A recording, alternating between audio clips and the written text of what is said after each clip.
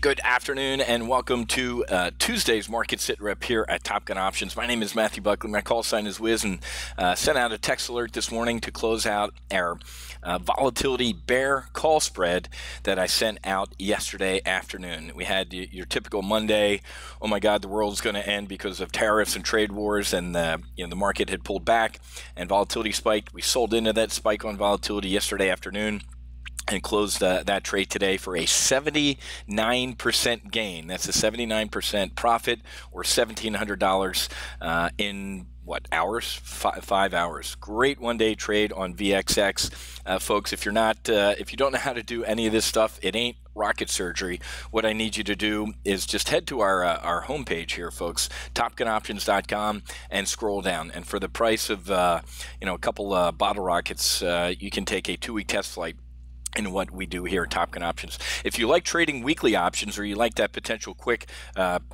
strike potential profits, click on the advanced trial rate here over here on the right. It's $38. So again, really nice one-day trade on the spike in volatility, selling into it and then getting out of it today. A lot of stuff going on in the world, folks. We just had a good hour-and-a-half trading session called the Primary Live Trade Brief. You'll also get access to that if you take that 2-week $38 test flight, because we talked about Raytheon and the defense stocks and how they're getting ready to come back to life. North Korea reported yesterday that they were completing some missile site, and Iran is popping up on our radar again. Folks, Trump hasn't even started with Iran.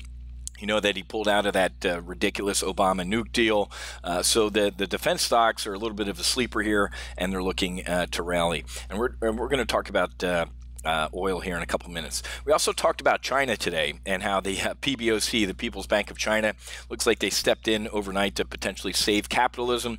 So if you're interested, this might be a we call a Captain Kirk trade, the FXI. So the Shanghai last week entered bear market territory, and it looks like overnight the central bank and in the past couple days have really stepped in to maybe try and save China here. So if you're looking for a Captain Kirk trade, boldly going where nobody's going right now, FXI might be the place. That's the iShares China large cap ETF.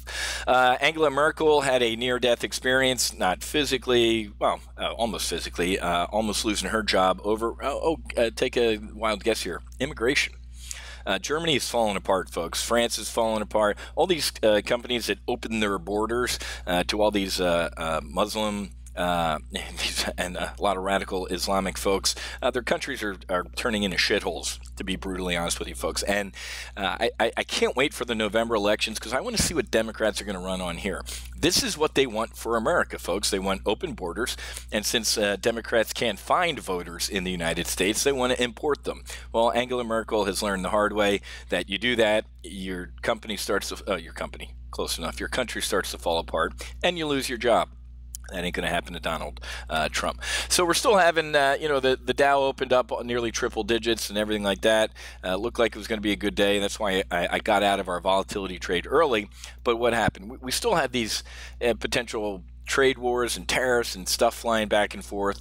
But it was good to hear the president say yesterday, hey, we're going to figure something out, man. Just everybody, I'm paraphrasing here, but he more or less said, hey, everybody, just chill out. We're going to get something done.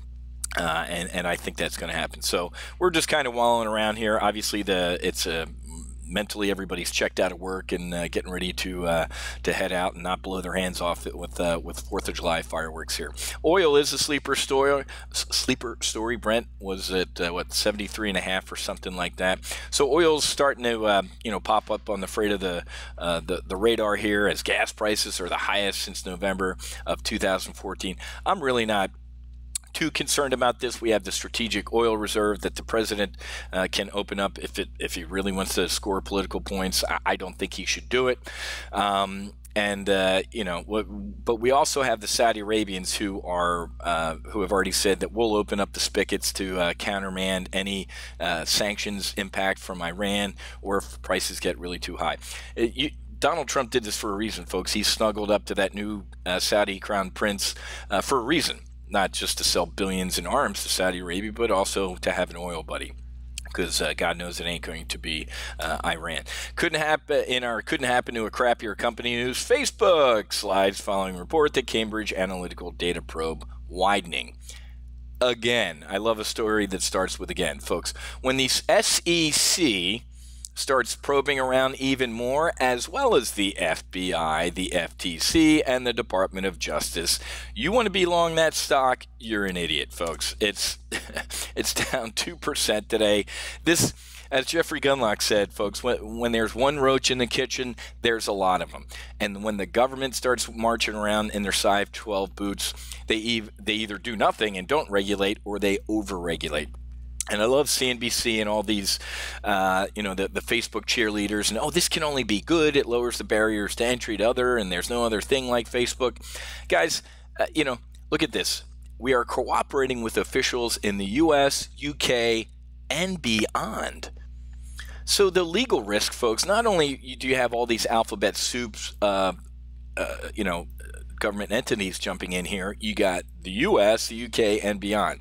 If you want to be in this stock, knock yourself out. Like I said, the 6-month performance on Facebook is like down 3%. The 6-month performance in Amazon, where I told you to be, is up 44%. If you like your 3.3, you're an idiot. If you like 44%, you're smart. So enjoy your Facebook and your apples there, folks, as opposed to Amazon. Amazon, folks, alone is responsible for more than a third of the S&P's return this year.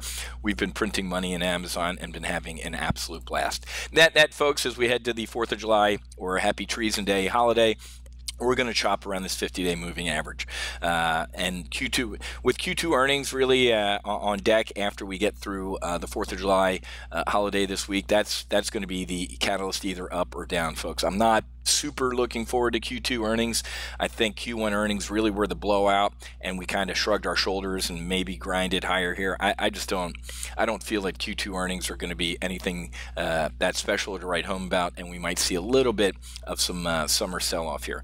Not the big one, grab your chest, Sanford and Son, I'm coming, Elizabeth, but I think we're going to see a little bit of a pullback here and an opportunity to get long volatility. Okay, so I'm going to go head to the beach, guys. Have a great rest of your day. We're not going to have a sit rep tomorrow. We'll be back on Thursday. Okay, so have a great rest of your day. Happy hunting. Make sure you hedge. God bless, and happy 4th of July.